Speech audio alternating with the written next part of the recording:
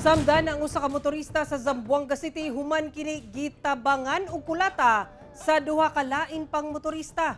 Dihang gibadlong matud pa sa biktima ang duha ka motorista.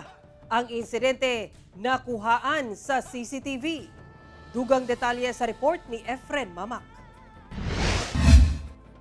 Sa kuha sa usa ka CCTV footage, makita ang upat ka mga motorista nga mihunong sa usa ka kanto sa Barangay Giwan, Zamboanga City pasado alas 3 sa kadlawon-adlawong Domingo, taod-taod.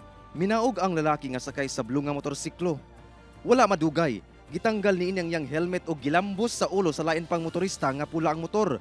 Hinungdan nga natumba kini, dayon gisigundahan kini og kulata sa maong lalaki. Mitabang nasab og kulata sa biktima ang lain pang motorista nga kauban sa unang nangulata. Gani misulay pa og sukol ang biktima, hangtod na undang ang pagpangulata, human dunay nangagi og nanghunong nga mga motorista sa maong barangay. Apan sa pipila ka segundo, mihirit pa og panumbag ang kauban sa unang nanumbag sa biktima. Dayon misibat. Ang biktimang nakaangkon og samad sa naong, giilang si Alvin Apolinario, 46 anyos, og driver sa buhatan sa Barangay Giwan.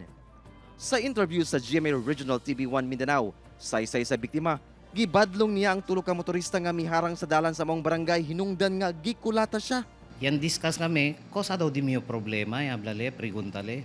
Habli no ay man yung problema, baka usted tiene problema. Naamo yan, ken no ay may kabal kwento, supla din dayon. Ang maong insidente, gilayong report sa biktima sa kapulisan. Sumala sa Barangay Council, ang duha ka mga sospek, pulos residente sa Barangay Tugbungan sa Zamboanga City. Na CCTV. Yan man identified gati lang mga kwan as a identity. Then I coordinate with the barangay chairman of Tugbungan. Ya po dele konosi si Ken kan mga persona. Hinuon naghusay na sa barangay ang biktima ug ang duha ka mga sospek kinsa puros 24 ug 27 anyos nga wala nagipanganlan pa. May pasalig ang mga sospek nga abagaon ang pagbatambal sa biktima. Apan wala na kini miluwat og pahayag. Kauban si Sim Romero sa kamera. Ako si Efren Mamak para sa One Mindanao.